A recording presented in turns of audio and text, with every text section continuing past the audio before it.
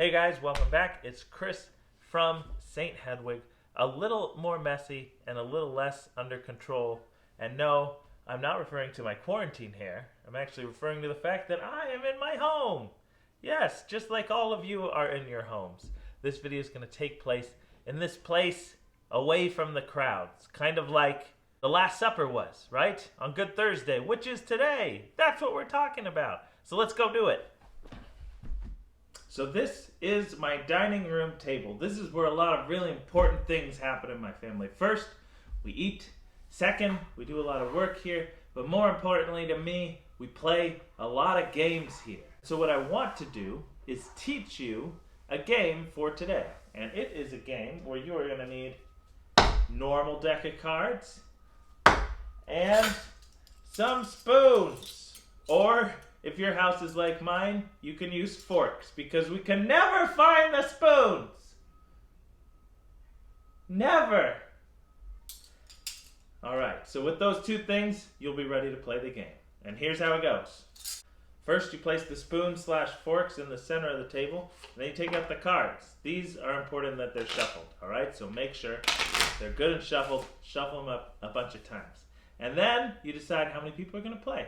Let's say you have 5 people playing, then you would have one less spoons or forks in the center of the table spread out, all right? And then what you're going to do is you are going to pass out 4 cards to each person playing, right? So you'll deal out 4. And how this game will be played is when you say go, everyone's going to look at their cards. The first person, whoever the oldest is, will take a card and they'll look at it. Now if you see this, I have 2 6s, a 5 and a 3, and I got a king. I'm looking to get all the same card. So I'm looking for 6s. So I take the king and I pass it on. And I look and take, pass, because I'm trying to find 6s. Does that sound good? And I keep going and keep sending. If I find a 6, then I keep it and I send the other one on. I keep going. Eventually, I'm going to get 4 of a kind. And when I do, I'll take one of these quietly.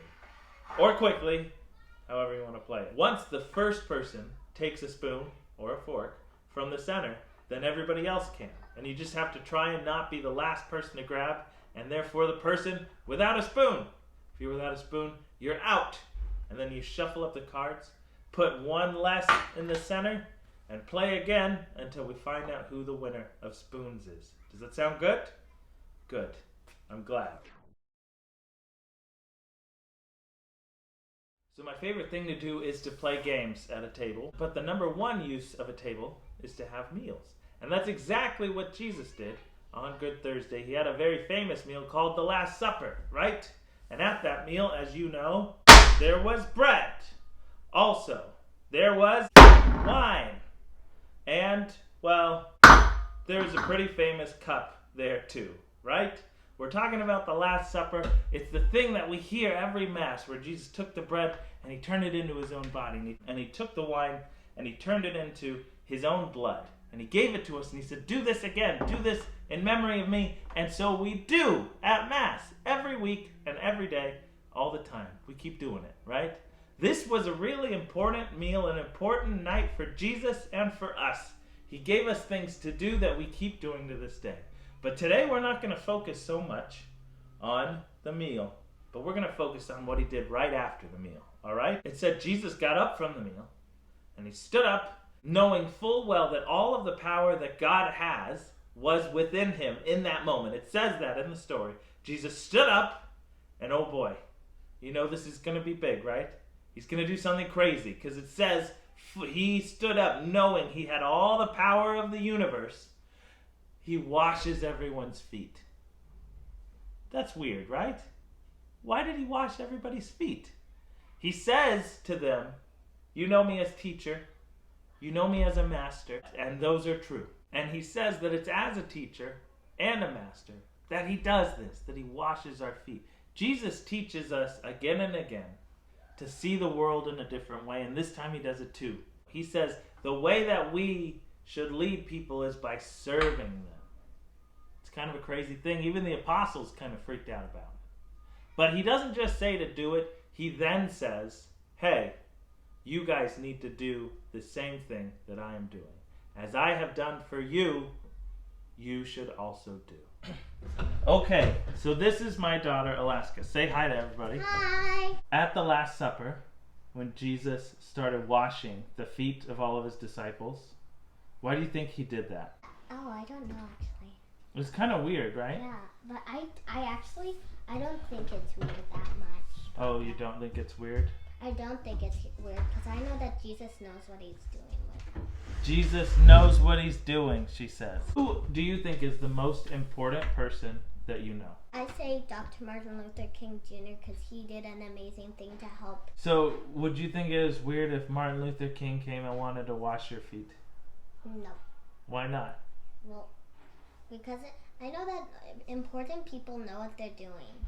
And so they have all important people have a reason to do what they're doing. So if an important person does something, then that makes it maybe you think you should do it too? Yeah, but I would only really do it if I know what I'm doing. That makes sense. So if I understand it, if I just wash people's feet for no reason, it makes no sense, right? It doesn't make any sense if we did it without any reason. Good. So just like Alaska said, it would make no sense to do it if we didn't know why. During Jesus' time, there'd be a servant whose job it was to actually wash the feet of all the guests, and he would kind of be the least important servant in the house, right? What Jesus is saying is when he, the most important person ever, did the job of the least important, he said there is no amount of helping someone out. There's no amount of respecting somebody that is too small or too unimportant for us to do. Jesus wants us to go out into the world and help the people around us, our family, our friends, and even everyone else in the world in any way we can, even if it seems really unimportant, that we should do it. And what a great message for this time, right now, when we're all stuck in our homes and we kind of are not able to do all of the things we're used to doing, to know that God says, hey, even when you do a small thing, that's still a thing that I want you to do, and a thing I would do if I was there. So think about that as we wash each other's feet, all right? So what you're going to need to wash feet are these things. I'm going to tell you right now. All right, the first thing you're going to need is a place to do it. You can do it inside, but if your family's like mine, you better do it outside. Water's probably going to spill. Also, choose a bowl. Don't make it too fancy. This will probably get kicked at some point. It's going to be on the ground. Just any bowl that will be big enough for feet. You need a washcloth, or if you have really big feet in your family, you might need some extra towels to go with them. All right? One last thing that you're going to need is a pitcher of water. I would suggest filling it with warm water, because it's going to get poured on your feet. So really, the warmer, the better. And know that you may end up having to refill your pitcher halfway through. I know we did at least twice, so there's that. The thing to focus on is that while this is a prayerful experience, while this is something Jesus did, know that this is also a family event that you are doing. And we are not monks. We are just a family. And that might come with some interesting moments. Some parts may be awkward. Some parts may be funny. Don't fight those. No need to shush anybody. That's what praying as a family looks like. Also know that the apostles themselves found this really awkward. When Jesus said he was going to wash feet, Peter jumped up and was like, no, you can't. That's too weird. He didn't say those words, but that's what he meant. And when Jesus told him, no, this is really important, it's something I'm going to do for you, then Peter jumped up and said, then bathe my whole body, to which Jesus said, you're being ridiculous. Once again, not his exact words, but what he meant. Just lean into whatever feelings, emotions are going on in your family as this happens, because this is what Jesus intended. He wants us to live our lives in this messy, crazy, awkward, sometimes uncomfortable, and sometimes fun and funny way. This is the way that Jesus spent some of his last hours with his apostles. And he looked right at us, it says in the Bible, as I have done for you, you should also do. This awkward, weird, uncomfortable, and fun thing is what Jesus did on Holy Thursday. And it's what we should do too. All right. How did the foot washing go? That's what we're going to share and what we're going to talk about right now. Okay, so I have two questions for you. First one, how did it feel to both have your feet washed and to wash your family's feet? Go ahead, go around and answer that question. But also the second question is, what do you think that this means for how Jesus wants us to live our life, right? He asked us to wash each other's feet, and he told us that's a model to follow. That means that however we felt while we were washing feet is how Jesus wants us to feel while we're living our lives.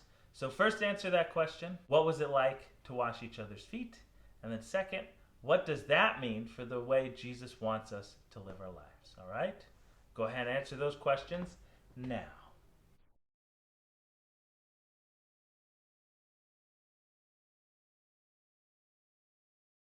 That is going to bring us to our closing prayer. And for that, what we're going to do is we're going to use some of the words from the Holy Week resource that we sent out to all of you. You can find a link in the description down below. But we're going to use those words and we're going to pray them together as a family now. Jesus, being family means serving one another. Help us to always follow your example and to see you in each other.